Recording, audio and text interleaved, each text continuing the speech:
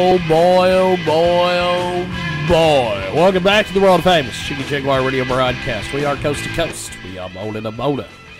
On that TuneIn, on the iTunes, iHeartRadio today, and of course, ladies and gentlemen, it is the March 29th edition. I got that figured out finally. So, March 29th, that's when we're taping this show. Or we're taping this show and it will air March 29th.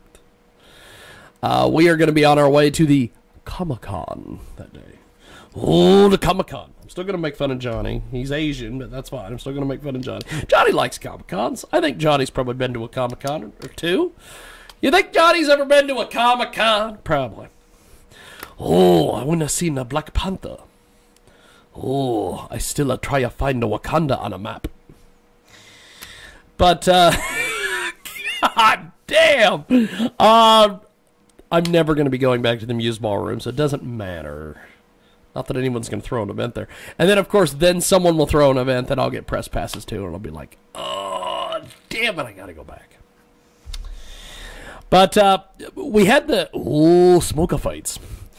March 2nd. And leading up to this fight, I want to kind of backtrack everything. I want to kind of give everybody a little bit of details on this for the people that were hiding under a rock or didn't know what was going on or all this stuff. Ryan Ginn, or Ryan Ginn, I'm still trying to figure out the proper pronunciation of the last name. I don't think I'll ever know. He goes on Facebook as Psych Tyson. That's his gimmick. Much like I am Jiggy Jag, or the Pink Pounder, or Angry Kirby, or whatever people want to refer to me as now.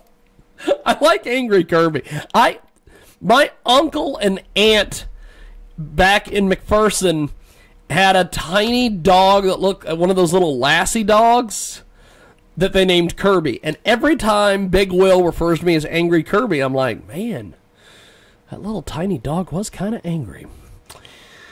That's not what he means. So we had this smoker fight. Ooh, smoker fight. I will always refer to it as a smoker fight. Is that what the event was called? Smoker fights. And it was at Newton. It was Newton Fight Night. Is what the deal was. So I guess if we do a Newton Fight Night, it'll have to be Newton Fight Night 2, Electric Boogaloo. So we go ahead and we have this fight. And leading up to this fight, Dave Cummings, the kickboxing guy, or Junior Cummings on Facebook, if you want to look him up and try to disparage my good name to him, which is what people usually try to do when they look people up on Facebook. Which, by the way, he already knows I'm a scumbag. It's not a big deal.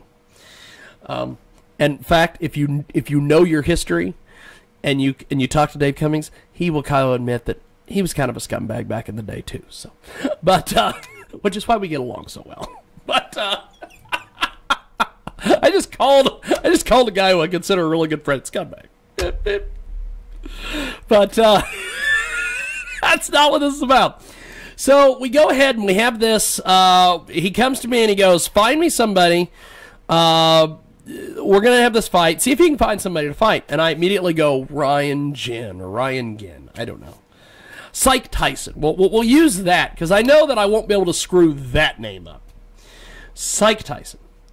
So I get a hold of Big Will. Big Will says, let me talk to him. And we go back and forth on it. And we finally decide to have this fight. Now, leading back 2 years ago at Rock Island, and even before that, he did a podcast on a regular basis with Michael Game, Michael Gooseby, as they refer to him. Or as I refer to him on my phone now as Sober Mike. I'm proud of Mike. I'm glad he went and got sober. He, without the drinking clouding him, this guy literally is going to take over the world. That's just the way it is. He's going to take over the world, and he'll look flashy doing it and have really nice shoes. But shout out to Mr. Mike Game. So we go ahead and we put this fight together. And I've had to listen to years and years and years of these podcasts. There were some podcasts they did it was like trash let's trash Jiggy type show, which is fine. I don't really care, but I'll tell you, after listening to that stuff and having people send me emails and text messages and DMs and all these things, and they're like, have you heard what they're saying? It kind of grades on you for a while. Then at Polar's remembrance or funeral or whatever the hell it was at Rock Island, he told me that night, he's like, I could knock you out with one punch. And I'm like, really? Now, of course, leading up to this, I work out all the time. That's what I do. I've been working out since I was like in high school. I work out. I go to the gym. I lift weights. That's what I do. I box. I kickbox. I do jiu-jitsu. All this stuff. So, back then, he didn't have an issue. Well, now, we're going to have this fight. So, we count down to this thing. Now, I like to cut promos. I like to do these little videos. I like to do these things. He did none of those. And I'm like, oh my God, you're not selling the fight. Well, I just thought he was in a gym somewhere training. So we got ready to put this fight together. Well, that night, he shows up. He's ready to go. He's got his guys with him. He's got this guy named, what is his name? Dustin Jesvane? Jesvane? Gesvane? Jesvane? I don't know. I thought the guy... See, if you look at Ryan's Facebook or you look at any of his friends' Facebook, they don't take anything seriously. Everything's kind of a joke to them. This guy shows up, and he's got this, what looks to me like one of the Groucho Marx Comedy Store gimmicks, where you've got the big nose and the mustache and the glasses. And I thought he was showing up to make fun of, you know, all these tough guys there. No, that was his real face. Absolutely amazing. So this guy and another guy by the name of Lee Zeus Schindler apparently were there. They also had another guy with them who looked really scary. And I thought maybe that was Ryan's. He said that he was training with an old MMA guy. And I'm like, oh. Because I'm like, oh, an old MMA guy. I know all the MMA guys. I'm like, he's not a JMTK guy. He's not a Valor guy. I'm like, who is that guy? So I got to thinking he was like an old Customato guy, you know, just some guy who maybe fought years ago. And, you know, so I started dreaming up in my head, oh my God, Ryan's going to fucking run me over. So we get ready to have this fight. And we did the weigh-ins, which I think is just, I think the weigh-in stuff is ridiculous. Where you weigh in and then they have you face off and do that stuff. And guys do this. All that stuff. Or this. They don't do anything like the Nadester where they do this. No, nobody does the Nadester. I want to see the Nadester do MMA and go to a weigh-in. He doesn't even have to do the fight. He just goes to the weigh-in and just does the Hulkster moves. Dude. Brother, dude, all that stuff. So we do the weigh-in. Well, then all of a sudden he's got a problem with my weight. Oh my God, I'm heavier than him. Oh my God, which first of all doesn't matter because I have fought many a guy in the past. In fact, I always point to it. The Vanilla Gorilla, Michael Menninger, and I had a fight back in the day. I was 190. He was close to 350 pounds. I beat him. It's not a big deal. If you know what you're doing, it's not a big deal. So we get ready to do this fight. And at the end of this thing, I had my Brock Lesnar moment. I had to get booed by the crowd. When I came out, the crowd was cheering me. And I'm like, oh, we can't have this. And they were cheering me in the ring. And I'm like, we can't have this. I'm the heel. I'm always the heel. He's a heel, as Jim Cornette would say. So, after I knocked him down a couple times, I went and I did the thing where I got in his face. And Cummings was refereeing, and he backs me up, and he's like, you know, you got to go to the corner. He's like, this is over. So, he stops it. It's over. The fight's done. We're moving on down the road. I get out of the cage, and I throw my arms up to the side of the crowd that had kind of started to boo me. I did the old Russell Crowe, are you not entertained thing. Well, then later on, I always thank everybody at the end of the night. I always do the social media thing. And I made the comment about me being the first heel of the smoker fights, or as Johnny Kim would say, ooh, the smoker fights. And I said that, there was a lot of people I knew that were going to talk shit on Ryan. But he got in there. And there's a lot of guys that wouldn't get in there. There's a lot of guys that'll just talk shit. Which, by the way, we're going to get to Jeremy Brandis a little bit later. But,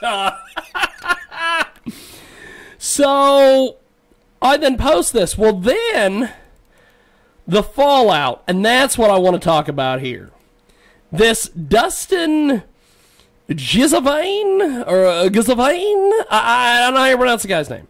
Which, by the way, I would like to officially publicly challenge him to fight me in Newton, Kansas, if they ever do another smoker fight. Since he's got a little bit of a mouth running, and he's a big star, let's do it. I'll fight him. If he's a big tough guy, he'll fight me. So he says, my boy Psych is humble. Humble? Where? This guy talked shit on a podcast for 2 fucking years. Told me at a bar during basically a funeral that he could kick my ass with one punch. By the way, the weight didn't matter then. But I'm going to keep it 100 because, of course, he's one of these hippity hoppity guys. And say this: you might be trying to save face now, but you're a classless asshat. Which, by the way, I have gotten more comments from people that I know that either like me or don't like me that thought that line was gold. So Dustin or Dustin or whatever the hell your name is, DG or whatever you want to refer to yourself as, pat yourself on the back, sir. That line has gotten you a lot of good run, and Pez, you've definitely got over with that. Classless asshat has got you over. First off, when he agreed to this fight, you lied about your weight by 34 pounds. You told him you were 220, but let's see here. See more. But weigh-ins, you was 254. Hey, dude told me he was going to knock me out with one punch. Weight didn't matter then. So I outweighed him by 63 pounds. And then you used your weight to get him down. Use my weight to get him down? No, I hit him in the head. Go back and look at Michael Menninger and myself at Box-A-Buddy. When Menninger bulls me into the ropes and shoves me out of the ring like a sumo match, that's how you use your weight to get someone down. You heckled him and ended up getting booed out of there. Well, first of all, I'm glad I got booed out of there. Thank you. Second, how did I heckle him? Is it the getting in his face? See, to me, heckling would be like yelling things. Like, you suck! Things like that. But okay. And if you remember, when they gave you the rules at the beginning, they said crowd participation would decide the fight results. If it went 3 rounds, by the way. You lost, and even if you didn't, you will still always be a douche. And then he has some emoji thing there, which is fantastic, by the way. I love that promo. It's great. Then Derek goes in, a guy that I train with on a regular basis who was there that night, and said you should have thrown in the towel. He then jumps in and says, well, that's cute. Okay. So then Lee Zeus Schindler jumps into the mix. He says the ref should have beat your ass for acting like a fool in there. Okay. And then he goes, well, then this Dustin goes back in and he says, honestly, we should have all gave that kid a boot party. Well, you could have. And I want to give you a little bit of details on something that happened that could have potentially happened in the back. From what I understand, Ryan and his guys were madder than hell, and they went backstage and were mad. And I had just gotten out of there, and so I still had some adrenaline running through me, and I still was madder than fuck. And I still don't like any of his guys, because they talk shit. I had talked about possibly just going. I was going to go back there, shake his hand, say, "Hey, sorry about all that, blah blah blah." We were going to squash it, and move on down the road. But Derek comes and tells me they're kind of still a little fired up. He's like, "If you want to go continue the ass kicking," he's back there with his guys. Okay, at that point, it becomes not in the ring, and it becomes assault charges, and it also could potentially... I've kind of got a little bit of second thoughts going through my head, and one of the things that I would have done is I would have taken one of the kettlebells back there, and I would have seen, can we crush a human skull with a kettlebell? Can that happen? So, I did you guys a damn favor by not going backstage. But if you'd like to have a boot party at some point, you know, 420, April 20th, here in Hutch. Show up. I'll fight you in the parking lot. So that is that. That is the reaction. That is the criticism. First of all, I think Ryan talked with me after... he talked to me on email a little bit after, or on Facebook message.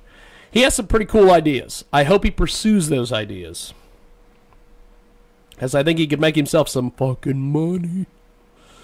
We are going to take a timeout, and when we come back, oh boy, we got more coming up here on iHeartRadio.